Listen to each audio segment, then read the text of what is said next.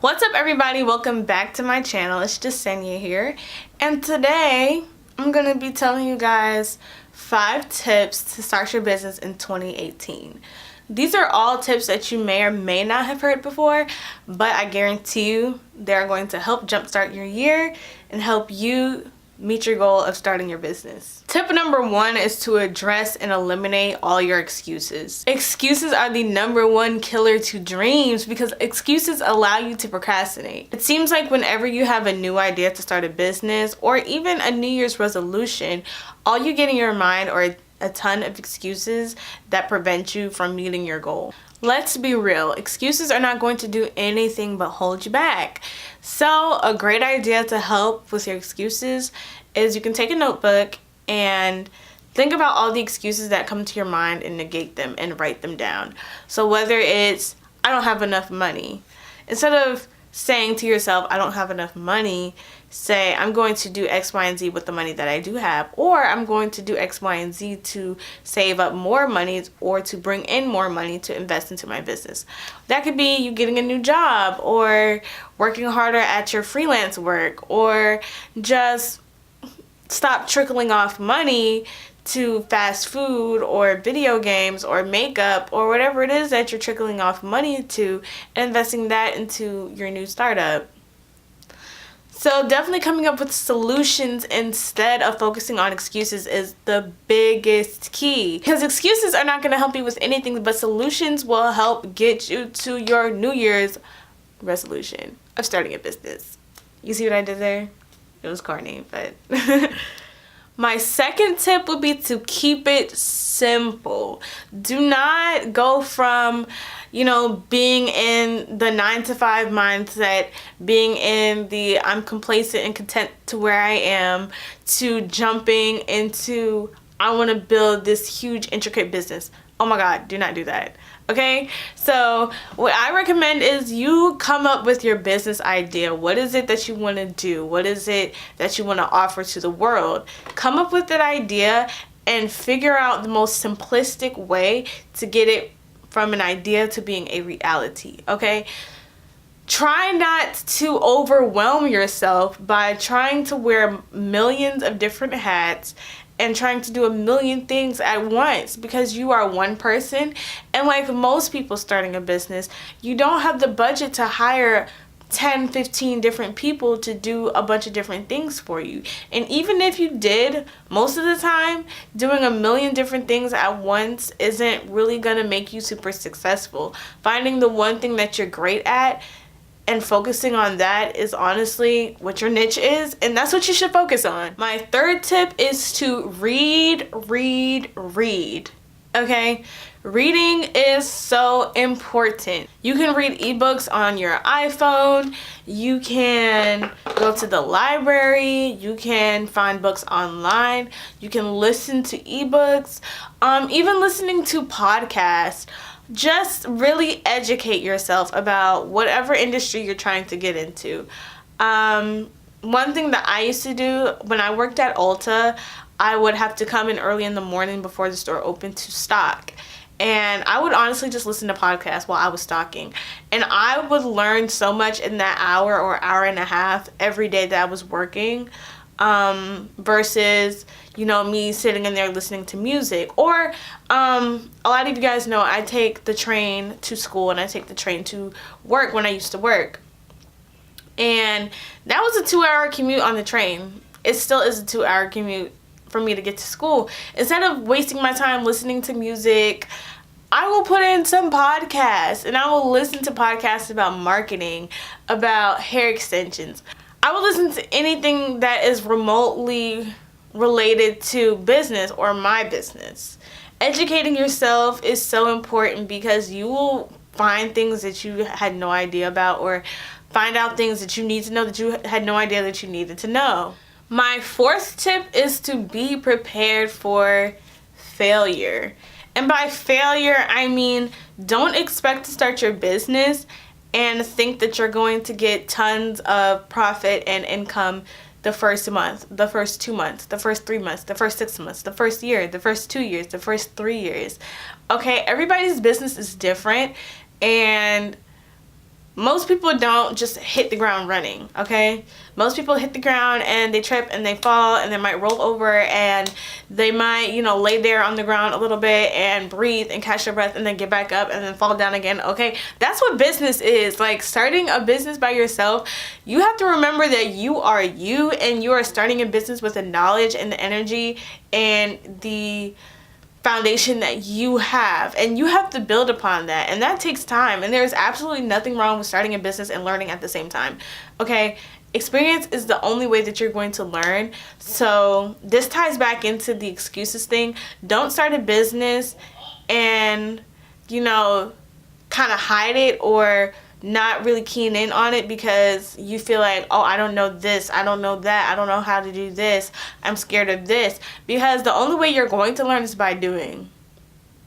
The only way you're going to really, really learn is by making mistakes and learning from them. Of course, we can avoid a lot of mistakes by educating ourselves and reading books and listening to podcasts and talking to other business owners and taking advice. But the only way you're truly going to learn is by experience. There was actually a quote that I heard from Kendall Ficklin. I'm not sure if he came up with a quote or he heard it from somebody else, but the quote reads, "A man who waits on perfect conditions will never accomplish anything." Just do it!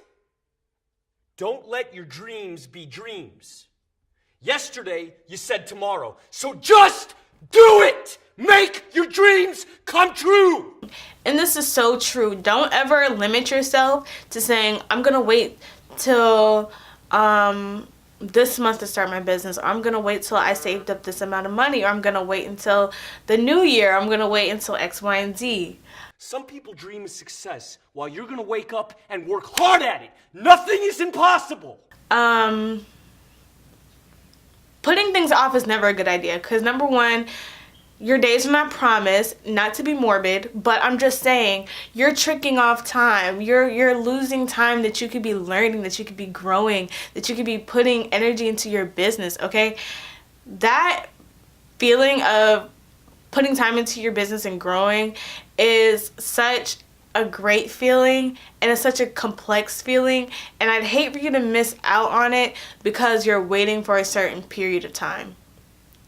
Because you're going to go through the motions, you're going to go through the process of starting a business. I'd rather you start that now than wait and start it later. So yeah, that's my fourth tip. My fifth tip, which I'm not sure if a lot of people talk about, but my fifth tip is take advice from others, but filter the advice. And what I mean by that is, what I found with my business is asking everybody for advice, or even asking people's opinions about simple things like your logo, or the color scheme of your business, or where you're gonna open your business, or your website, or it could be the tiniest little thing, your business cards, your whatever. Everybody has an opinion, and people's opinions are important, especially as a business owner, because you're not opening a business to please yourself. You're not opening a business to make money off of yourself. You're opening a business to make money off of other people and for other people to enjoy your business and services. Got it. Cool.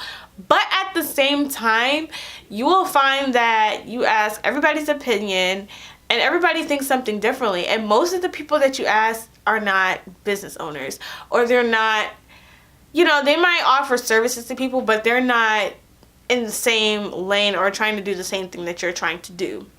So with that being said, I think it's great to ask everybody's opinion, but be careful. Don't take everything to heart, okay? Because some people will say things just because they're jealous. Some people will say things and they're uneducated and they have no idea about what you're doing, about the field that you're in, the market that you're in. And they will say things from their standpoint. And some people will say things and it just doesn't make any sense. Okay? So, like for example, with business cards, I had somebody who is a great business owner, has a very successful business that I'm sure is making millions of dollars, tell me, don't go to Vistaprint to make your business cards. Go to this place because their cards are higher quality And they stressed to me that it's super important for people to take your business card and feel some type of way about them. Like, take your business card and be like, oh my gosh, this is such a great card. I've never gotten a card like this before. Because they'll remember it in their mind, and they're more than likely not going to, throw it on the ground or leave it in the bottom of their purse, and, it's going to stick out to them. I also had another person who also runs a business, a service, on a much smaller scale, tell me to get cards from Vistaprint and get the cheapest card that I can find. And, it's not important about all that other stuff because you're wasting money. Two different opinions from two different people in two different lanes, doing things that are similar in the same industry, but from two different standpoints. Me, Josseñia, owner of Lady J Diamond and Hair, have to decide what is best for my business and what's best for my brand. The person who told me to get the cheaper cards has a different brand than I do. They have a different policy, a different mission statement, I should say, than what I have. So I have to decide which business card matches up with my mission statement, matches up with my branding. You get what I'm saying? So not that either person's opinions didn't matter or were invalid, but it's just you as a business owner have to decide what matches up with your mission statement, what matches up with your branding, with your business. So it can get kind of nerve-wracking and kind of confusing listening to everybody's opinion, when most people aren't really concerned about your mission statement. They're more concerned about what they would do. But you're not them. Okay, so be very careful about asking opinions because you want your customers' opinions and you want to appeal to your customer, but you also have to decide who is your customer. Who are the people that you're trying to reach? Okay, if I'm Nordstrom, if I'm Neiman Marcus, I'm not going to be taking a consensus from people who buy all their clothes and all their Christmas gifts and all their everything from Walmart and Target. Walmart and Target are billion-dollar businesses. They're doing great. So is Neiman Marcus, but it's two different audiences, two different sets of customers, two different sets of people. You have to appeal to certain people. Neiman Marcus's commercials and their marketing is probably not going to work on people that buy everything from Walmart and Target, and vice versa. So it's not throwing shots and it's not throwing shade and it's not one is better than the other, but you just have to decide, what are you? Are you Neiman Marcus? Are you Walmart? Are you Target? Are you, all those places are different. So you have to decide who you appeal to, and that's my 5th tip.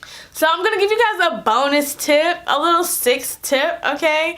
So the bonus tip is to just be encouraged. And of course, everybody says this, but it's super true. It's so easy to start the new year and say, I'm going to start the ground running. I'm going to hit the ground running with my business. I'm going to start my business and I'm going to just, my life is going to be my business. But as soon as you hit your first hurdle, most people just say, I'm taking a break.